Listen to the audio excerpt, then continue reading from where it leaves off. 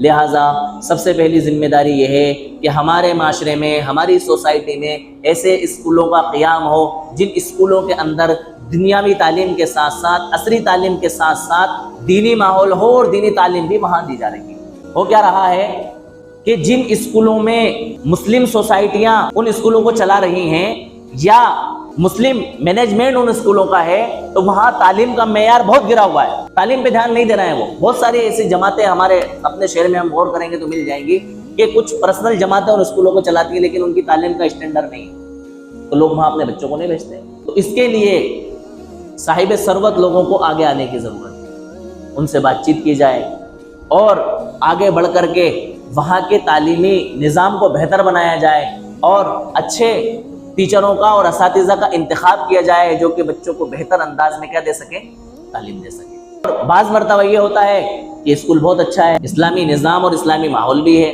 Management بھی اچھا ہے، لیکن بعض مرتبہ ان اسکولوں کی فیس اتنی زیادہ ہوتی ہے کہ وہاں ہر انسان اپنے بچوں کو تعلیم نہیں دلا سکتا۔ اس میں بھی غور و فکر کرنے کی ضرورت ہے۔ بھئی ہمارا جذبہ قوم کی خدمت کرنا ہونا چاہیے، نہ کہ پیسے بٹورنا اور اپنی جیب بھرنا اور اپنا بھلا کرنا۔ اللہ تعالیٰ نے اگر ہمیں اس قابل بنا دیا ہے، ہم لوگوں کو تعلیم دے سکتے ہیں، ایسا نہیں کہ بالکل ہم فری کر دیں یا بالکل لیا ہمارے لیے کچھ بھی نہ بچے، نہیں، کچھ ہمارا بھی اس میں ہونا چاہیے حصہ داری، تاکہ ہم دنیا سے بے فکر ہوں اور ہمیں بھی یہ لگے کہ نہیں ہمیں مل رہا ہے، لیکن اتنا ہو کہ جس کے اندر ایسا لگے کہ نہیں آپ کی بھی ضرورت پوری ہو رہی ہے اور مسلم سماج کی بھی ضرورت پوری ہو رہی ہے۔ اور میں تو کہتا ہوں اس وقت کے اندر جو بڑی بڑی مسجدیں ہیں، وہاں کے جو ٹرسٹ ہیں، وہاں کی جو انتظامیہ ہے، ان کو اس بات میں فکر کرنا چاہیے کہ ضروری نہیں ہے کہ ہم اسکولی تعلیم صرف اسکول میں ہی دیں گے۔ ارے 5ویں تک کی تعلیم تو ہم اپنے بچے اور بچیوں کو اپنی مسجد کے اندر بھی دے سکتے ہیں۔ بھائی مسجد نبوی صرف مسجد تھوڑی تھی، وہ مدرسہ بھی تھا۔ مدرسہ عربی لفظ ہے، جب اس کو انگلش کے اندر لے کر کے جائیں گے تو اس کا ترجمہ کیا نکل جائے گا؟ اسکول۔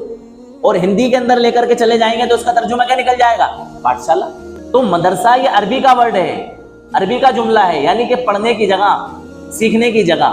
تو ہم اپنی مسجدوں کو بھی پرائمری اسکول کے اندر کیا کر سکتے ہیں؟ تبدیل کر سکتے ہیں۔ اگر ہمارے پاس اسباب نہیں ہے، ہم کوئی بلڈنگ اس طرح کی عمارت اسکولی شکل میں کھڑی نہیں کر سکتے، اتنے اسباب ہمارے پاس میں نہیں ہیں، تو ہم اپنی مسجدوں کو بھی ہم پرائمری اسکول کی شکل دے سکتے ہیں۔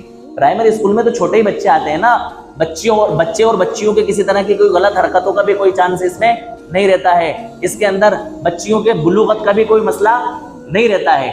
تو اگر مسجد کمیٹیاں یہ کرنا چاہیں، جہاں پر بڑی بڑی مسجدیں ہیں، یوں ہی خالی پڑی ہوئی ہیں، 3 4 منزلہ مسجدیں ہیں، تو ان مسجدوں کے اندر وہ اسلامی ماحول کے اندر پرائمری اسکول تک کیا کر سکتے ہیں؟ تعلیم دے سکتے ہیں، اور اپنی مرضی سے اس کے اندر اسلامی تعلیم، اسلامی ماحول فراہم کر سکتے ہیں۔ میں سمجھتا ہوں 50% دنیاوی تعلیم اور 50% دینی تعلیم وہ دے سکتے ہیں اگر چاہیں۔ یہ ہو سکتا ہے اگر ہم چاہ لیں اور کوشش کر لیں۔ تو جہاں کہیں اس طرح کی مساجد پائی جاتی ہیں اور وہاں کی انتظامیہ کچھ سمجھ بوجھ رکھتی ہے، کچھ اللہ تعالیٰ نے ان کو ہوش دیا ہے، تو وہ اس طرح کا قدم بڑھا کر کے اپنی مسجدوں کے اندر اسکول کی تعلیم کی شروعات کر سکتے ہیں۔ ابھی کیا ہو رہا ہے معلوم آپ کو؟ جو بچے دنیاوی تعلیم حاصل کر رہے ہیں، دنیاوی تعلیم حاصل کرنے کے بعد اور ڈگری حاصل کرنے کے بعد میں دنیا کی محبت اور مال کی محبت ان کے اندر بے انتہا پیدا ہو رہی ہے۔ کیوں؟ اس لیے کہ انہوں نے مہنگی فیسیں دے کر کے جو ڈگری حاصل کری ہے، اب اس کو تو وہ وصول کریں گے، پھر ان کی قوم کے لیے ہمدردی کہاں سے پیدا ہوگی؟ صرف ان کو دنیاوی اور عصری تعلیم ملی ہے، دینی تعلیم نہیں ملی، تو ان کے اندر جذبہ پیدا ہے وہی نہیں خدمت کرنے کا قوم کا۔ اگر کوئی ڈاکٹر ہے تو وہ مریض کے ساتھ ہمدردی نہیں کر رہا، بلکہ اس کو اس کے پیسے کے ساتھ اور اس کے عہدے کے ساتھ میں ہمدردی ہے۔ من مانی فیس اور من مانا چارج لیا جا رہا ہے ڈاکٹر بننے کے بعد۔ کوئی وکیل ہے تو وہ اپنے وکالت کے پیسے میں من مانی فیس لے رہا ہے، اس کو اپنے کسی بھی انسان سے کسی طرح کی کوئی ہمدردی نہیں۔ اور دوسرا نقصان دنیاوی تعلیم حاصل کرنے کا جس کے ساتھ دینی تعلیم نہ ہو، یہ ہو رہا ہے کہ انسان اپنے مذہب کا باغی ہو رہا ہے، مذہب سے متنفر ہو رہا ہے۔ تیسرا نقصان یہ ہو رہا ہے کہ مخلوط تعلیم بچے اور بچیوں کی ہو رہی ہے، جس کی وجہ سے ہمارا معاشرہ بے حیائی کا شکار ہو رہا ہے۔ بے حیائی ہمارے معاشرے میں پنپ رہی ہے۔ انسان مذہب کے اندر اور تعلیم کے اندر تفریق کرنے لگا ہے۔